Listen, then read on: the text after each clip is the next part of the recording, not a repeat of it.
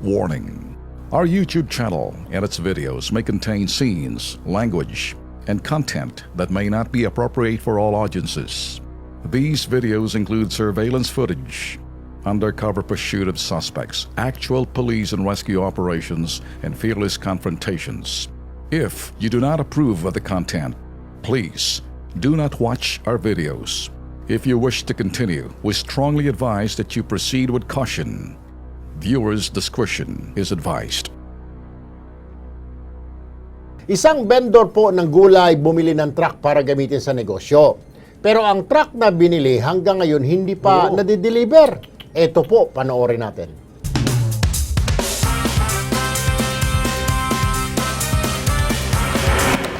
Ikawalo ng Marso, bumili ng truck si Teodora Castillo upang magamit sa kanyang negosyo. Isang sales agent ng Isuzu sa E. Rodriguez, Pasig City na nakilalang si Mitch Tuyo ang masigasig na umasikaso raw sa kanya upang ayusin ang papeles ng mangyaring bilihan.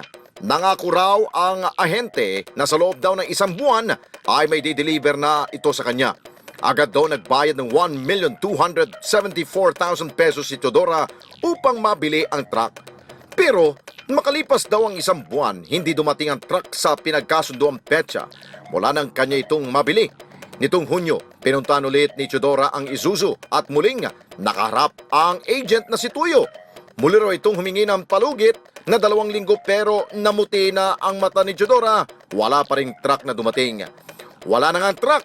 Nang hingi pa ng karagdagang 35,000 pesos para daw palitan ang alternator ng truck dahilan para hindi ma-deliver ang truck.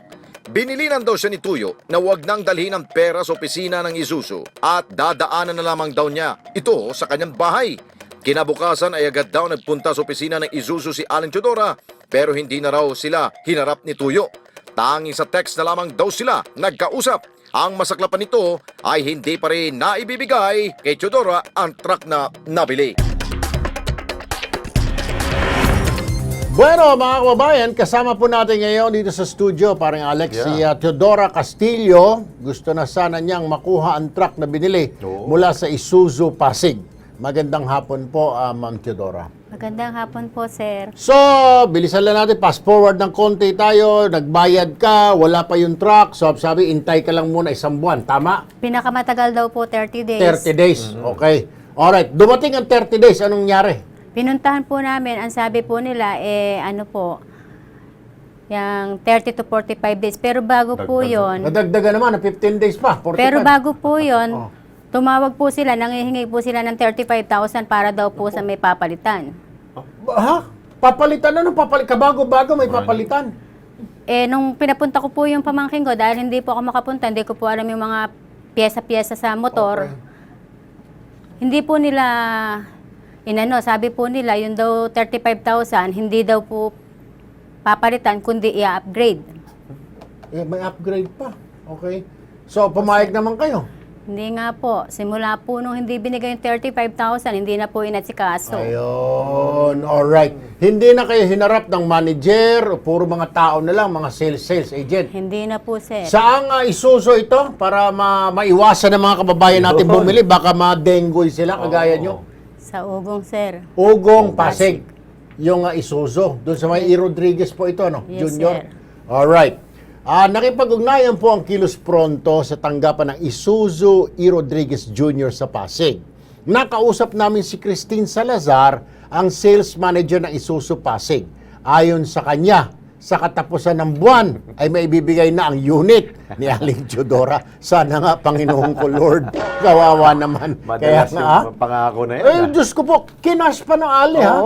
Para ma-deliver, wala pa naman. Anyway, para matulungan naman si Ma'am Teodora sa kanyang problema, makakausap natin si Lilian Salonga, ang Assistant Director for Consumer Protection and Advocacy ng Department of Trade and Industry. Magandang hapon po, Director Salonga. Magandang hapon po. Magandang hapon din kay Miss Teodora. Opo. Ma'am, narinig niyo po siguro yung kanyang kwento, nagbayad siya ng buo, 1.2 something million para sa isang truck, para sa gulay. Sabi ni Isuzu, Pasig, 30 days. Bago pa mag 30 days, hindi pala. 30 to 45, pero magbigay ka muna ng 35,000 dahil meron kaming aayusin, i-upgrade yung bago naming truck. Hindi pumayag si ma'am, kaya hanggang ngayon, awa ng Panginoon Diyos, hindi pa nabibigay yung truck. Paano ito, Direktora?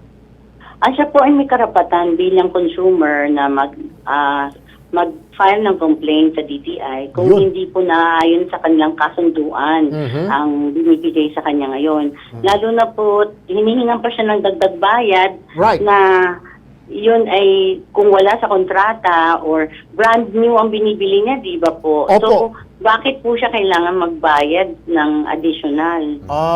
Siguro, ma'am, baka yung additional doon, pwede lumangoy sa tubig pag Yun. nakabaha. May baka kanga yung kanyang makina ng truck, may snorkel, ma'am. Yan po ay isang hindi po pangkaraniwang, di ba, transaction. So, Ma'am, yan po matanong ay lang. pwede niyang ilapit sa aming tanggapan. Ayan. May is there a possibility, ma'am, kung hindi pa rin siya pagbibigyan, hindi pa rin mailabas ang kanyang truck, matik po yun, pwede niya nahingin yung pera niya, di ho ba, ma'am? Actually ho, idadaan po ho namin sa mediation. Kung talagang siya ho bilang yung bumibili, hindi na po niya katanggap-tanggap yung mga terms na ini-impose sa kanya, pwede niya pong i-require yung refund kung talagang refund na ang gusto niya ngayon. Pero kung yan po naman, lalo na kailangan nga niya sa negosyo, Opo. pwede rin naman po kasi sa mediation mapag-usapan kung talagang maibibigay na sa kanya ora mismo or the soonest possible time. So yun po ang mga posibleng resolution pag sila po'y pinagharap. Pero kung ang desisyon niya po talaga ay para ibalik na ang kanyang pera, pwede niya po yun idulog para ma-orderan namin. Pag napatawag namin ang isuso at nagpaliwanag sila, Oo. nakita namin po na hindi naman po to fair at hindi po to ayon sa Consumer Act, pwede naman po natin talaga ipa-refund na ang pera niyang binayad na cash for 1.2 million. Ito pala yun, no? Ito ang dahilan. Anong dahilan? Ito daw, yung 35,000 daw. Ito, mama, makinig po kayo, ma'am director. Yun daw, 35,000 na bayad daw ho, sa bahay daw ng complainant gustong kunin ng sales agent. Kita mo yan? So, ibig sabihin, parang, alam mo yung, paring Erwin? Padulas. Padulas? Ay siguro, Naman po yan. nakalimutan si manager ng yung commission ni manager. Yun. Yung agent may commission, si manager wala. Nagalit si manager, hinold ngayon. So ma'am, isa pa ma'am. Yes. Okay. Yes po. Kung laging ganito lagi, meron na namang complainant, kayo po ba may kakayahan na ipasara na lang yung mga hinayupak na ito? Actually ho, depende sa violation. Kung nakitahan namin talaga sila ng deceptive acts, ng Deceptive Sales Act, yan po ay violation sa Consumer Act. May karapatan po, may katapat na Parusa. penalty para sa kanilang malpractices kung talaga pong sila ay may violation. So, kaya po, of course, we also have to get their side. Pero, obviously po na ang pagbabayad, pagre-require ng additional bayad kung sila po ay may kontrata na dun sa pag-purchase niya sa 1.2, hindi po nararapat para hingan pa sila ng karagdagan bayad. Siguro, paring Ben. Director, pwede ba hong kayo na yung mamagitan ho dito? Kayo na Yes. ba yung tumawag dito sa Isuzu Kaya nga, pangako Rodriguez? daw. Oo. Ngayong katapusan, naurong na naman. Nako. Katapusan ho at end of July. Oo, Intindihan ko rin po na kailangan niya yan sa negosyo. Kaya nga Yes, po, dapat siyempre. makuha niya the soonest Nabulok na ho yung possible gulay time. na kanyang kakargahin ho Wala sana, na, ma'am. wala na. Nasayang na, nag-arkila na lang si ma'am ng mga pampasaherong jeep. Ayun, no? Opo, pwede po namin yan papuntahan. Kaya lang po, kailangan ko lang po makuha ang detalye ng resibo man lang, evidence yun. or proof Sige. na meron po siya talagang binayaran at meron po silang kasunduan na i-deliver sa Alright. kanya. Tapos po, kahit email lang po, hindi na po siya kailangan pumunta sa aming tanggapan Okay. para po ma-actionan namin. Unang-una yun. po ang ibigay niya ay ang kanyang pangalan at contact details. Pangalawa po ang narration ng anong mga pangyayari, kung Opo. kailan siya hiningan ulit, kailan siya nagbayad, Yeah, no. at anong pinangako sa kanya. So may Ang naamoy pangatlo kayo na... po- Okay, go ahead ma'am. Yes po, ang pangatlo lang po, yung evidence, of course, your proof ng kanilang kasunduan. para po mapatawag namin kaagad ang Isuzu at ito po ay nare-resolve namin within 10 days. Yan po ang aming mediation proceeding. Alam mo, ma'am, may naamoy na kalokohan dito, ma'am. Naamoy ako panluloko, ma'am. Ha? Hindi malayo po, hindi po malayo. Sige, Kung ma'am, ganyang ganun po ang gagawin namin. Ko-coordinate po kami. Tutulungan po namin si Ma'am Teodora. Yes Ano po? po, opo. Para makaget na makuha niya yung kanya. Ma'am, ano bang gusto niya? I-refund nyo na lang o makuha niyo pa rin yung truck niyo? Iripa na lang po, sir. I-refund. Yun po ang gusto ni Ma'am Teodora. Ma'am, so pwede po yung i-refund na lang. Opo, ipadala lang niya po ang reklamo, ang hinihingi ko pong dokumento ng evidence of yung OR, yung Okay. binayaran niya. Sige po. Ay po email nilang sa FTEB Apo. mediation Apo. at dti.gov.ph. Yun lang Ayun, po, yun. para hindi Sige na po po. siya mahirapang pumunta Okay. or i-text ko po sa inyo kung Apo. gusto niyo yung buong Sige po, ma'am. detalye Ko- nung contact details. Pero yan po ang kanyang gagawin lang, mag-email lang. Apo, kukunin po Mga ng sinabi kong dokumento. kukunin po ng staff namin ang detalye na yun. Maraming Yes, sir. salamat Yes, po, sir. Direktora Salonga, Ma'am Teodora. Gano'n na lang po, ano po?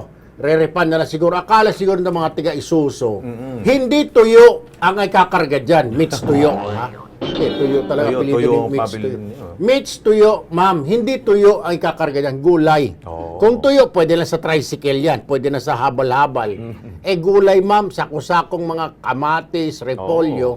Kaya, well, at panawagan ko na rin siguro, mga kababayan, kung mapadaan kayo, gusto niyo bumili ng truck dyan sa Isuzu dyan sa Pasig, iwas doon na lang Iwas-iwasan. muna kayo tumingin sa kaliwa. Ha? Oo. Kasi baka matulad kay Ma'am Teodora, pipila kayo dito sa Kilos Pronto. Bagay, welcome naman lahat ng mga complainant. Pero paring Ben, meron akong kilala na dealer ng Isuzu. May Aha. mabait Meron ba? Oo, yung Gen Cars. Gen Cars. Oo, Ay, oo. kilala ko yan si Kasi Edgar nga, Cabangon. Noon pa yan. Oo. Noon pa yan, Gen Doon ho Cars kayo. na yan. Doon kayo pumunta. Doon kayo pumunta. Yan. Huwag yung kung saang-sang Yan.